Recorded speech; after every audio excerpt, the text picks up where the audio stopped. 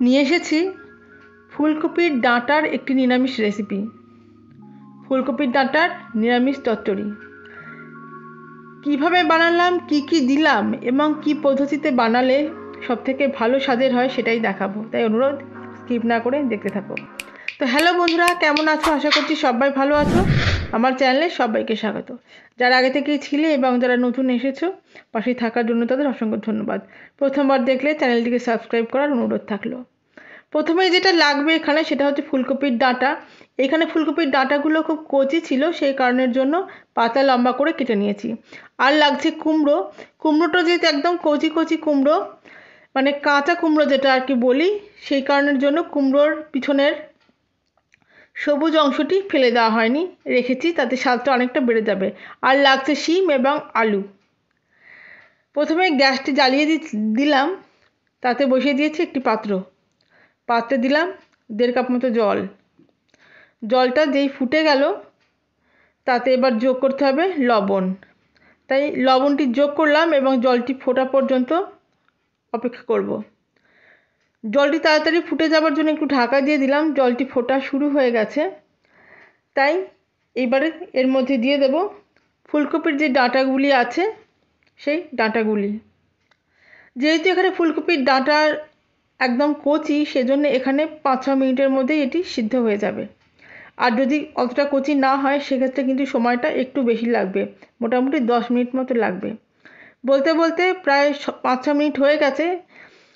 ঢাকা দিয়েছিলাম, ঢাকাটা খুলে দিয়েছি। এখন একটু চেক করে নেব যে ফুলকপির ডাঁটাটি সিদ্ধ হয়েছে কিনা। হ্যাঁ, সিদ্ধ হয়ে গেছে। তাই এরপরে তুলে নেব এবং তুলে নিয়ে জল ঝরতে দিয়ে দেব। তবে অবশ্যই তার আগে গ্যাসটি বন্ধ করে দিতে হবে। গ্যাসটা বন্ধ করে দিলাম, এই যে জল ঝরতে দিয়ে দিয়েছি।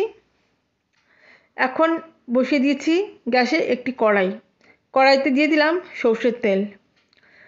সর্ষের তেলটা হালকা গরম হতে হতেই কম আঁচে দিয়ে দিলাম কয়েকটি বড়ি এবং বড়িকে এইভাবে হালকা করে নাড়তে নাড়তে বড়িগুলি ভাজা হয়ে যাবে।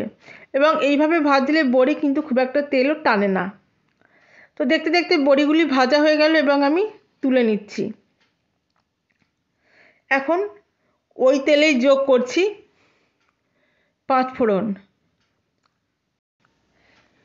কোনো রকম তেল এখানে যোগ করা হয়নি।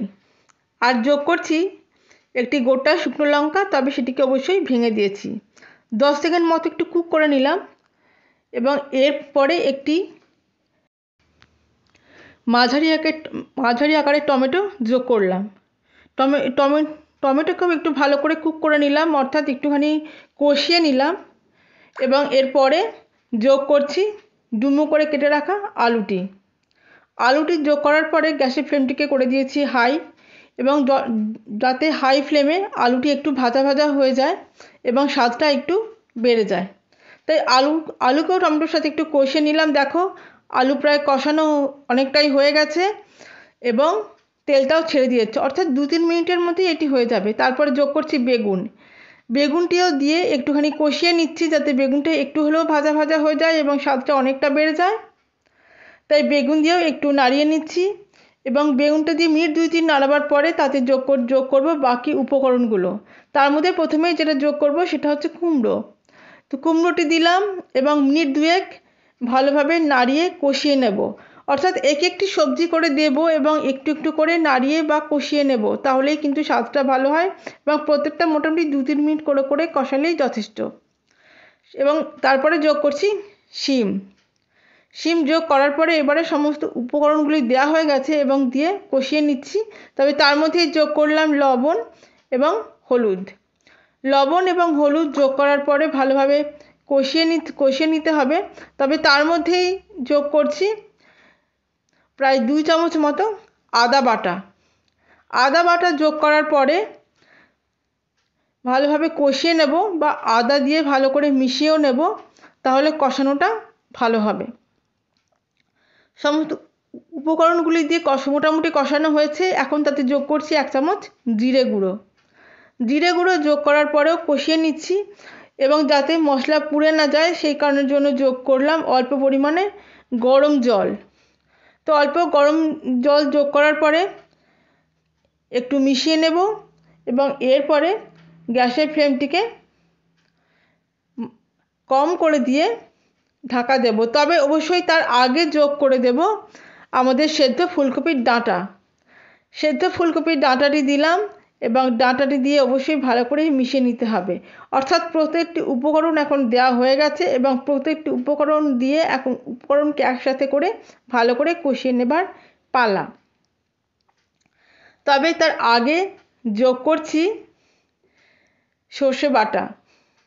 এখানে 2 বড় চামচ কালো সর্ষে নেওয়া হয়েছিল এবং 1 চামচ সাদা সর্ষে নেওয়া হয়েছিল, সাথে লবণ, হলুদ এবং কাঁচা লঙ্কা দিয়ে একসাথে বেটে নেওয়া হয়েছিল। সেই সর্ষে বাটার অর্ধেকটা এখন আমি যোগ করছি, বাকি অর্ধেকটা পরে ব্যবহার করব। আর যোগ করছি কয়েকটি চেরা কাঁচা লঙ্কা। এখন সমস্ত উপকরণগুলি দেওয়া হয়ে গেল এবং ঢাকা দিয়ে দিলাম 3 থেকে 4 মিনিটের জন্য। তবে মাঝখানে ঢাকাটি একটু খুলছি এবং ঢাকাটি খুলে তলার দিক থেকে একটু নেড়ে দিচ্ছি এবং একটু চেক করছি কোন সবজি কতটা সেদ্ধ হলো। সবজি তেমন কিছু সেদ্ধ হয়নি, তাই একটু নেড়ে আবার ঢাকা দিয়ে দিতে হবে। এরপরে আবার যথারীতি ঢাকা দিয়ে দিলাম এবং 5 মিনিট পরে ঢাকাটি খুলছি।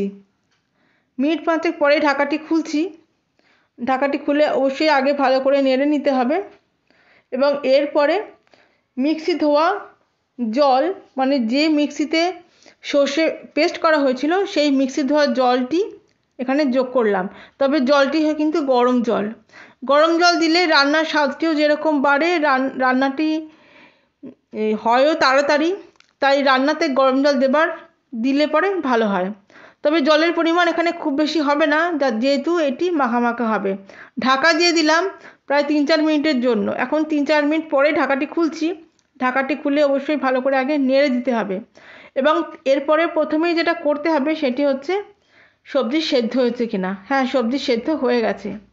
এখন যোগ করছি যে বড়িটি ভেজে রেখেছিলাম, সেই বড়িগুলোকে একটু ভেঙে নিয়েছি, তো সেই ভাঙা বড়িগুলি যোগ করছি। যোগ করে দেবার পরে এখন গ্যাসের ফ্লেমকে করে দেব হাই ফ্লেমে। এখন বাকি যে সর্ষে বাটা আছে সেই সর্ষে বাটাটিও যোগ করে দিলাম। সর্ষেকে এইভাবে পরে আরেকবার দিলে রান্নার স্বাদটা অনেকটা বেড়ে যায়, তাই তোমরাও এই পদ্ধতি অবলম্বন করতে পারো। সর্ষে দিয়ে অবশ্যই ভালো করে নেড়ে দিচ্ছি এবং দিয়ে দিচ্ছি স্বাদটা ব্যালেন্স করার জন্য অল্প পরিমাণে একটু চিনি। এখন রান্নাটা একদম শেষের দিকে দেখো কেমন মাখা হয়েছে। তবে যে জিনিসটি দিলে রান্নার স্বাদটি আরও বেড়ে যাবে সেটি এখন দিয়ে দিলাম 1 চামচ মতো সর্ষের তেল, অর্থাৎ কাঁচা সর্ষের তেল। এই সর্ষের তেল উপর থেকে দিলে স্বাদটা অনেকটা বেড়ে যায় এবং তেলটি দিয়ে খুব ভালো করে মিশিয়ে নিলাম। এখন রান্না একেবারেই শেষের দিকে, তাই এরপরে গ্যাসকে বন্ধ করে দেব। দেখে নাও রান্নাটি একদম শেষের দিকে একদম মাখা হয়েছে এবং এটি এইরকমই হবে। গ্যাসটি হাই ফ্লেমে ছিল, গ্যাসকে এখন বন্ধ করে দিচ্ছি এবং ঢাকা দেবার আগে তাতে দিয়ে দিচ্ছি ধনেপাতার টুকরো। ধনেপাতা যেহেতু কচি তাই একটু ডাঁটা শুদ্ধই আমি দিয়েছি যাতে ফ্লেভারটা সুন্দর হয়, তাই ধনেপাতাগুলি দিয়ে একটু মিশিয়ে নিচ্ছি এবং ঢাকা দিয়ে দেব স্ট্যান্ডিং টাইমের জন্য 10 মিনিটের জন্য। এবং 10 মিনিট পরে ঢাকাটি খুলছি এবং এখন আমি সার্ভ করছি। তো দেখতেই পেলে যে ফুলকপির ডাঁটা দিয়ে কি সুন্দর একটা চচ্চড়ি আমরা বানিয়ে নিলাম। গরম ভাতের সাথে খেতে লাগবে অসাধারণ। তোমরাও এইভাবে বানিয়ে দেখো এবং কেমন লাগলো অবশ্যই কমেন্ট করে জানিও। ভালো লাগলে লাইক এবং সাবস্ক্রাইব করার অনুরোধ থাকলো, আর পাশে রাখা বেল আইকনটা প্রেস করতে ভুলো না। তৈরি হয়ে গেল ফুলকপির ডাঁটার চচ্চড়ি। দেখার জন্য রইল অসংখ্য ধন্যবাদ। সবাই ভালো থেকো, আবার ফিরে আসো।